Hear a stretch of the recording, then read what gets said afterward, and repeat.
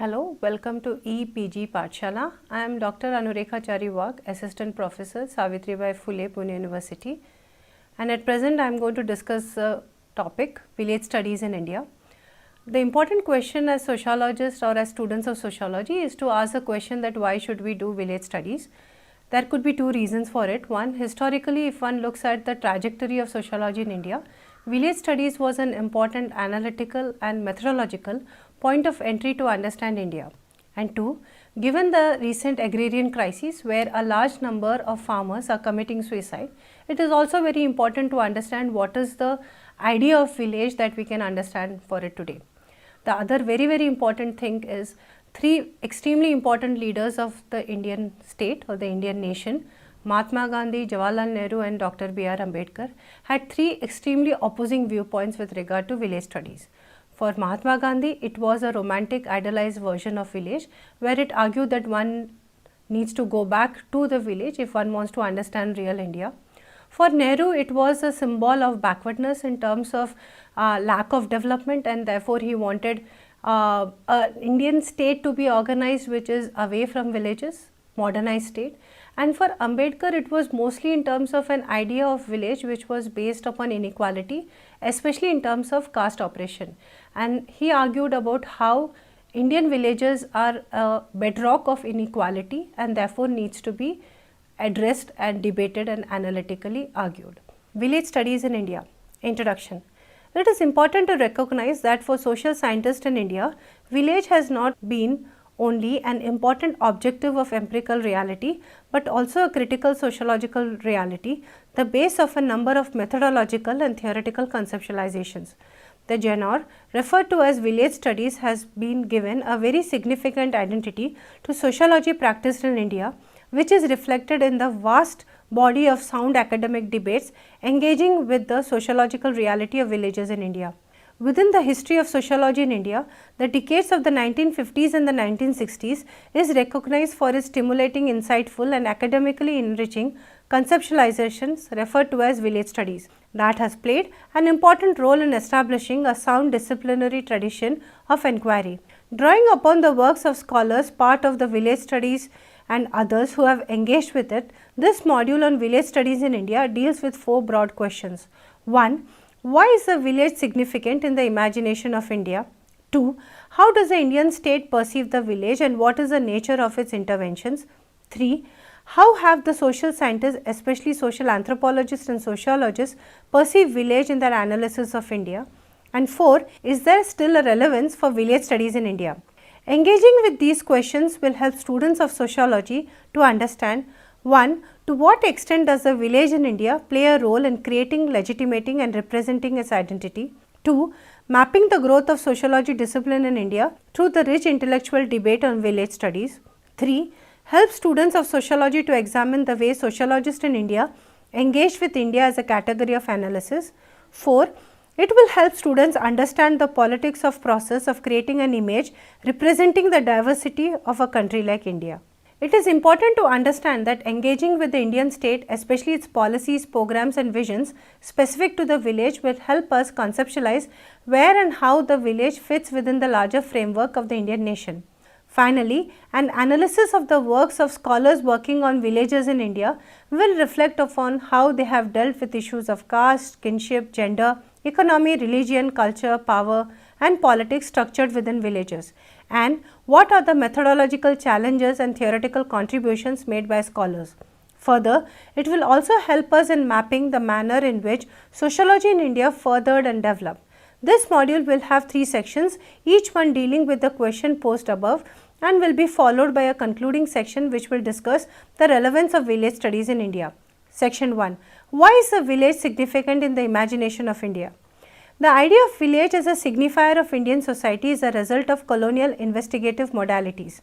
What does this process refer to? In his book Colonialism and its Forms of Knowledge, The British in India, Cohn defined investigative modalities as a body of knowledge that is needed, the procedures by which appropriate knowledge is gathered, its ordering and classification, and how it is transferred into usable forms such as published reports, statistical returns, historians, gazetteers, legal codes and encyclopedias. The knowledge produced and classified facilitates control over the vast, complex, diverse social, economic and political world of India. Thus, village came to be represented within the social morphology of the colonial times and had a prime place within the theoretical and historical debates of the day. Thus, it is important to recognize that the idea of village in terms of its ideological character had colonial origins. Breman argues that the idea of village was institutionalized by the colonizers as representing 1. Archaic and primary nucleus of Indian society, 2. Autonomous politico-administrative unit, 3. Economically self-sufficient entity.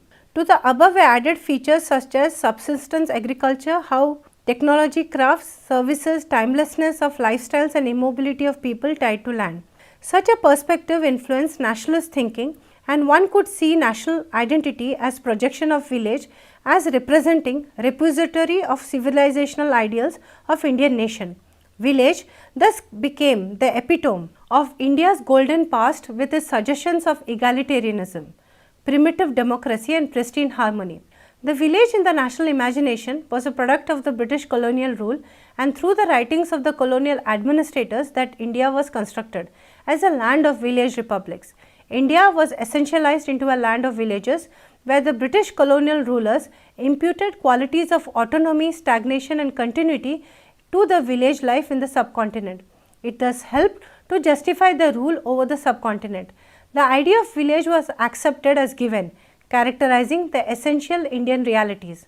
It acquired the status of a signifier of authentic native life, a social and cultural unit uncorrupted by outside influence. Thus, it is important to recognize that at the time of independence, more than 85% lived in villages. Majority of Indian population depended directly on the agrarian economy for their livelihood. Nationalist movement has emphasized on the resurrection of the agrarian economy through the land reforms, legislations and other measures. In the popular imagination of the people, the Kisan, the cultivating peasant, along with the Jawan, the soldier, was looked upon as a source of strength and stability of the new nation. Within this, the Indian village was a central category in the popular imagining of India, by the Western rulers as also by the native Indian middle class elite. It was a village, its social structure and economy that signified the native life and cultural traditions of the subcontinent. In this context, we could analyze how the Indian nationalist leaders have perceived village and what this perception implies for their sense of India. In this module, we shall discuss and analyze three important thinkers and nationalist leaders of the freedom movement: M.K. Gandhi, Jawaharlal Nehru and B.R. Ambedkar. Through their perception with regard to the village, they had divergent views, but all three of them believed that villages are significant in the Indian social life, and it is important to analyze it if one wants to understand India. For Mahatma Gandhi, the village represented the essential core of Indian civilization. For him, it is a site of authenticity, where real India lives and dies. Thus, for Gandhi, India begins and ends in villages. Drawing heavily from the romanticization of the village, from the colonial and oriental constructs of the Indian past, his idea of village was based on reformist agenda which had an inbuilt critique of Western modernity. Gandhi believed that though political freedom could be achieved by overthrowing the colonial rule, the real Swaraj or self-rule, as Gandhi imagined, could be achieved only by restoring the civilization strength of India through revival of its village communities. As Jodhka states, Gandhi argued the uplift of India depended solely on the uplift of the villagers. Jawaharlal Nehru, on the other hand, though he recognized the significance of village, for him it represented a traditional and a backward aspect of Indian society, which did not gel with the idea of modern industrial India that he hoped to build. Unlike Gandhi, Nehru did not argue for revival of village, rather he emphasized on the need to develop agriculture using technology and by way changing the structure of social relations in agrarian economy so as to empower and motivate the peasants. Dr. B.R. Ambedkar, on the other hand, presented a Dalitist view of the village, where he argued that village in India represented rural civilization based on oppressive social order of caste. For Babasaheb Ambedkar, the village was a working plant of the Hindu social order, where one could see the Hindu social order in operation in full swing. The Indian village for him did not include the untouchables who lived outside the village in the margins in a ghetto. Babasaheb Ambedkar theorized on the fragmented nature of space within the village, where it was structured in terms of caste. The life of the village was marked by experiences of exclusion, exploitation and untouchability. Thus, for Baba Sahib Ambedkar did not celebrate village in India, but did recognize its cultural and political centrality in the traditional social order. Ambedkar argues that this is the village republic of which the Hindus are so proud. What is the position of the untouchables in this republic? They are not merely the last but also the least. In this republic, there is no place for democracy. There is no room for equality. There is no room for liberty. And there is no room for fraternity. The Indian village is very negation of a republic. The republic is an empire of the Hindus over the untouchables. It is a kind of colonialism of the Hindus designed to exploit the untouchables have no rights. They have no right because they are outside the village republic. They are outside the Hindu fold. Thus, it was Baba Sahib Ambedkar who referred to the village as a cesspool of degradation, corruption and violence. That village India was able to continue was because people had no option but to stay within the spaces of the village. Without the colonial encounters, there was a perception of the village as representing the glorious past of India. In the post-independence India, there was two major developments. One, the scholars who questioned the myth of self-sufficient village republic and engaged in rigorous fieldwork in villages through participant observation, which was the base of village studies in India. 2. Efforts by the Indian state to deal with underdevelopment within villages in India so as to make them modern, a vision to build modern India. This demanded of social scientists, including sociologists, to undertake analysis of villages so as to generate data that could be used by planning by the Indian state. Section 2. How does the Indian state perceive the village and what is the nature of its interventions with regard to it? For the newly emerging nation state, dependence of large proportions of the populations on the stagnant agrarian economies was a reality. The primary agenda for the new political regimes was transformation of the backward and stagnant economies. Though the strategies differed, modernization and development became common programs in most of the third world countries including India. In the post-independence period, the village project became a template for nation building. Thus, village came to be the laboratory of directed cultural change. In the post-independent India, the centrality of village in the nationalist writings was translated into concrete programs and policies for rural and social change after India's independence. Major programs such as land reforms, community development program, green revolution, integrated rural development program were implemented to usher in an era of development and modernization. The need for systematic rural development came to be all the more emphasized when the Planning Commission drew up the Community Development Program as an important component of the 5-year plan. In this endeavor, social scientists played an important role. Srinivas argues that since independence, the need for information, data and facts from the rural India by Planning Commission and departments of central and state government pushed the social scientists, especially the economists, sociologists and political scientists to go to the rural areas, the villages and gather information scientifically.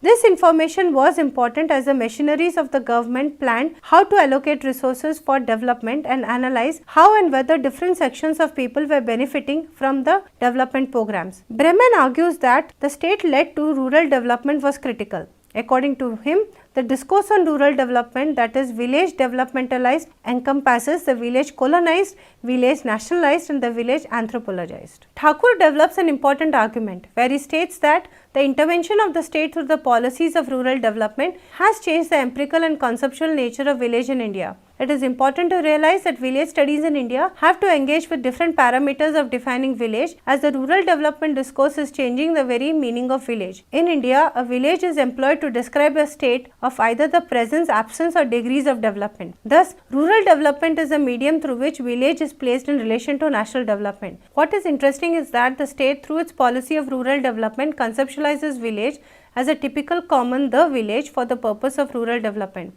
According to him, villages in India are structured as status projects of rural development, thus focusing only on the undevelopment aspect of it and obliterating its diversity and specificity. It encourages the formation of unified monolithic village India dependent on policy initiative from the state. In this context, it is important to focus on the nexus between sociological representation of village and policy making exercise in the context of rural development. It is also important to add the argument of Bremen to this. According to him, though the state through its policies create a monolithic village, we need to recognize that village also redefines the state. That the state is not only present in the village, but the village also penetrates into the state. Thus, as sociologists interested in village studies, one could intervene and engage with the changing political cultural reality of the village. The question here is how scholars have perceived village in India thereby building up the intellectual debate on village studies in India. Section 3. How have the social scientists, especially social anthropologists and sociologists, perceived village in their analysis of India? For social scientists, village became a convenient methodological entry point into the social, cultural and economic life of the nation. It came to represent India in a macrocosm,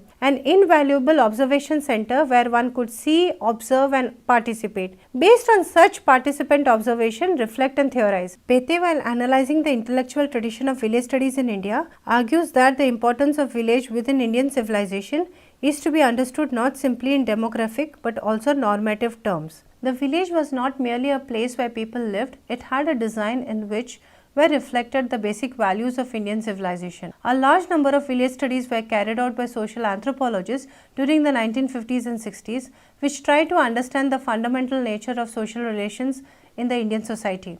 According to Bethe, two important focuses of village studies include: 1. Documenting the nature of traditional social life of the non-Western world, and 2. The concern in the social sciences for the agenda of development, study the real India, its social organization and cultural life. An important issue to be dealt with is the question whether a village in India has a sociological reality. Sharma, based upon the debate between Louis Dumont, David Pocock and F. Bailey in the Contributions to Indian Sociology, discussed the critical question whether village in India has a sociological reality. According to Sharma, both Dumont and Pocock deny sociological reality to village in India. According to them, primary factor of social organization is kinship and caste and not village. Sharma counters that by drawing upon works by sociologists S.C. Dubey and M.N. Srinivas, and argues that despite multiple group membership of people, a village in India has a distinct entity and we cannot deny its sociological reality. What does one mean by sociological reality? It is thus an abstract idea in the mind of a sociologist which is formed on the basis of one's observation of the whole complex of social relationship that exist in a unit such as a village. In post-independence India, one of the earliest push towards village studies was the demand of planning machinery for data on the villages for the purpose of designing development programs. Srinivas argues that the focus of these studies were the economic lives of the people, so as to document the imminent economic problems of the rural people. The economics and material well-being of the village became the focus of village studies undertaken. By the 50s, the minimum of basic knowledge that had been accumulated at any rate to attempt estimating the national income of rural India with reasonable precision, to formulate plans and programs for India's rural development, and to sponsor studies on an all-India scale for the planned development of India. It was unfortunate that the economists have ignored socio-cultural matrix of village community, and the sociologists and social anthropologists have ignored the economic and class matrices while conducting village studies. According to Srinivas, this mechanical exclusion of one or the other aspect of social reality and dichotomizing of social world of village life has created a particular distortion in our comprehension of rural social structure and rural social change. The earliest village studies in India were done by agricultural economists, which include scholars like Mann and Slater. Srinivas argues that it was the work of Weiser and Weiser on Hindu Jajmani system and behind the mud walls which was very important. The reason is that they used participant observation and spent years in the village, Karimpur, to gather insights which framed within the larger macro framework. For Srinivas, such work presented a picture of the village life in the subcontinent, the microcosm reflecting the macrocosm. The period around 1950 was very significant from point of view of village studies in India, where the focus was to select one village and examine and analyze it. S.C. Dubey was engaged in the study of two Deccan villages, Devara and Shamirpet. M.N. Srinivas was engaged in the study of Rampura and Mysore and had completed the study of religion and society among Kurks in South India.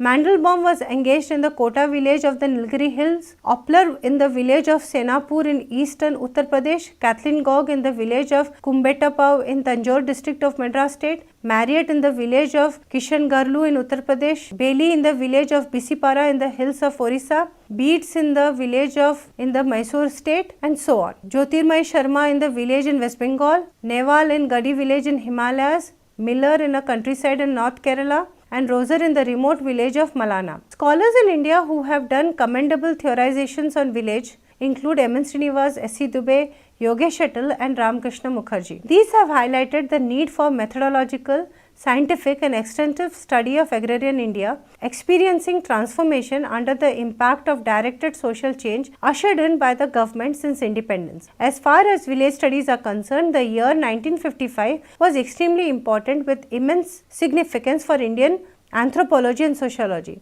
when seminal books on Indian village were published. It included S.C. Dubey's Indian Village, D.N. Majumdar edited Rural Profiles, M. Marriott's volume on Village India, M.N. Srinivasa's India's Village. M.N. Srinivasa's works on village focuses on the idea that as villages represented the macrocosm, by studying a village one could generalize about the social processes and problems to be found occurring in greater parts of India. Srinivas generally warns sociologists against assumption that what is written is true and the older manuscript that more true is contents. For Srinivas, Indology can develop only if, along with a book view of India, comprehensive study of contemporary Indian reality is carried out through field view. He strongly argues for the scientific empirical village studies to correct the book view and upper caste view of many phenomena of Indian society. Srinivas, while reflecting on field work, especially participant observation, argued that social sciences in India does not have a strong fieldwork tradition, and this reflects on its growth and development. Such a perspective has a number of impacts. One, has alienated social scientists from grassroots reality, and two, have made them ignorant about the complex interaction of economic, political and social forces at local level. This had made the educated elites of India,